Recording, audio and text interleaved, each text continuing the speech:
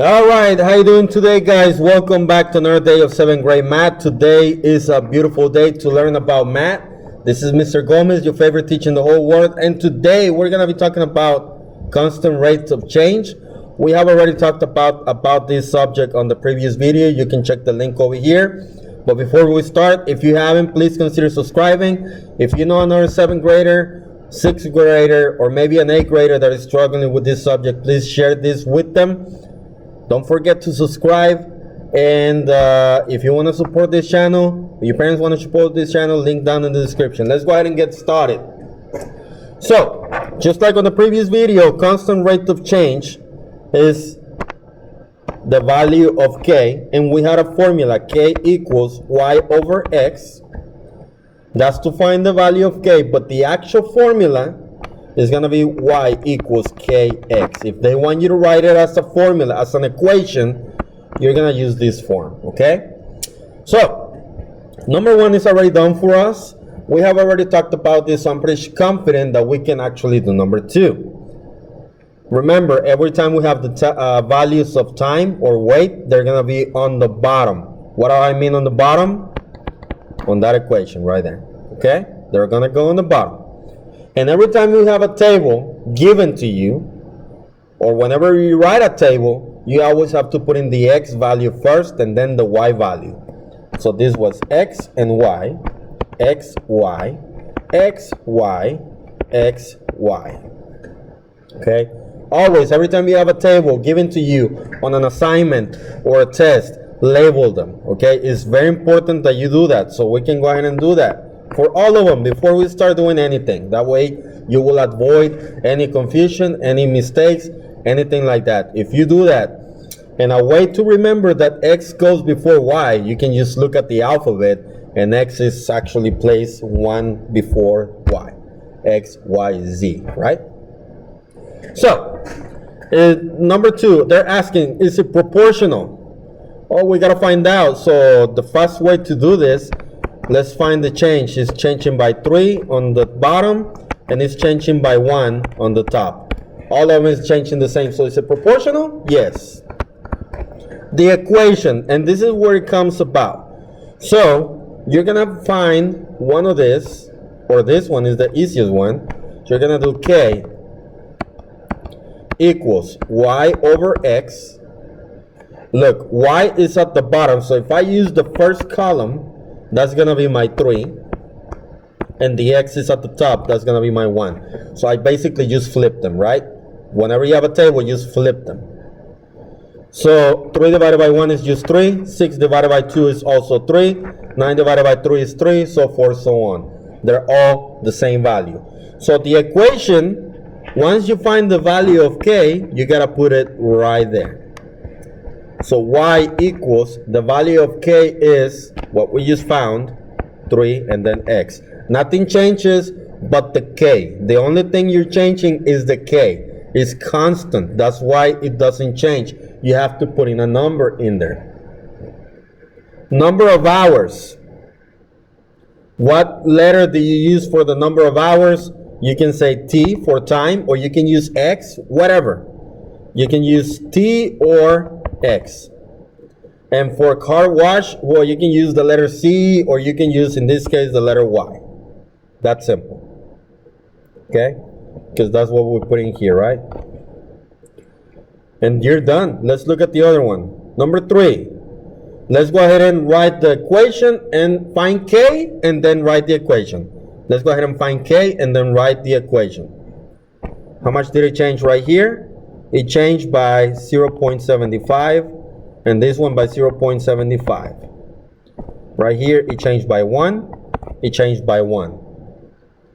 So instead of dividing, since they changed the same, I can say that k equals 0.75. Just like that. This is the formula again. K equals y divided by x, which is 2.25. Divided by 3, and when you divide that TiVo, you get 75 cents. Now to write the equation, all you gotta do is take this and write it into the formula. Y equals, what is it? 0.75 75x, and you're done. And you're done. Next one, let's find the k. K equals, if you do this like this, the bottom number is going to be k. First, we got to find out if it's proportional, because if it's not, then we don't have to do anything else. So the bottom changes by 4, and now from 4 is changing to 6. Not necessarily wrong yet, but let's look at the top. It changes by 1. So the bottom is not the same, so this is not proportional. So this is kind of like when we talked about before. Let's look at this. We're going to do the equation, the 10 over 2, which is 5, right? And then 14 over 3. 3 goes into 14 4 times. You have a remainder of 2, so it's 4 point something. 4 point something. It's not 5. It's not 5. Now 20 divided by 4 is 5. So this and this are the same, but this is not. That's why it's not proportional. Okay? Again, you're just using the formula. K equals y over x. That's all you're doing. And when you divide, when you do table, it also has to be the same. Now you found it over here that it's not changing by the same, so that gave you an idea. Now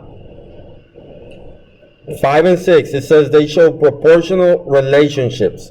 So in this case, they're telling you that they are proportional. So you don't have to find out whether or not they're proportional. We're just going to find k. What is the k? The constant of proportionality. And then write the equation. Okay? So the 5 is done for us. And look at this right here. To find k is y divided by x, right? That's why they flipped it. They put 1/5 because y goes on the top and the 5 goes on the bottom. That's why they flipped it. And that's it. They use x for apples, y for bags. They use labeling everything. Now let's do number 6. Cartons and eggs. So we're going to flip them, right? 12 over 1 for this one. So they're all going to be changing by 12, right? 12, 24, 48, 60 is increasing by 12. The top is increasing by 1. So we're good there. So the equation is going to be y equals 12x. 12 over 1 is the same thing as 12, okay? And now, what letter do you use? We use x for cartons and y for x. And that is it. So there's 2 ways. Again, you can use the formula right here when you can find out what's the change. This is changing by 1. This is changing by 5. All of them are changing by 5, so I'm good. And that's it. Now, you gotta pay attention when they give you a table like this. Let's say this is x and y, and you have 5, 10, 20, 25, something like that. And then on top you have 1, 2, 4, and 5.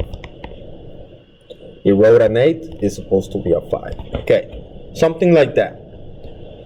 If we use the method like this, if we use this method, this is changing by 5. Now from here to here, changed by 10. And then from here to here, changed by 5. Okay? Now you're going to stop and say, well, it's not changing by the same amount all the time. But wait, that's why it's not always safe to do it like that. Because if you look at the top, it's also not changing by 1. So you will have to find the ratio or the constant rate of proportionality. So in this case, you will have to divide each one of them. Again, flip them. 5 divided by 1 is 5. 10 divided by 2 is 5. 20 divided by 4 is 5. And 25 divided by 5 is 5. Now, if you notice, using this equation, K is always 5. Okay? So, this method is not always going to work, especially if they don't give you the values next to each other. Okay? So, you got to be paying attention and just try to use the formula as much as you can. This will work if you have consecutive values like 1, 2, 3, 4, 5, and on the bottom is changing by the same amount. But if they're not the same, they have 1, 2, 4, 5, or they can have 3, 7, 8, and 9. But on the bottom is like 15, 35, 40, and 45. It's still a value of K of 5. So you're good in there. So you got to be paying attention to those little things. Now, if you haven't, please subscribe. And if you've learned something today, make sure you hit the thumbs up button. Share with somebody that's struggling, or share with somebody that needs a refresher. If there's questions, please leave them down in the comments below. I will be happy to help you with those. And so far, that is it for today, guys. And I'll see you on the next one. Goodbye.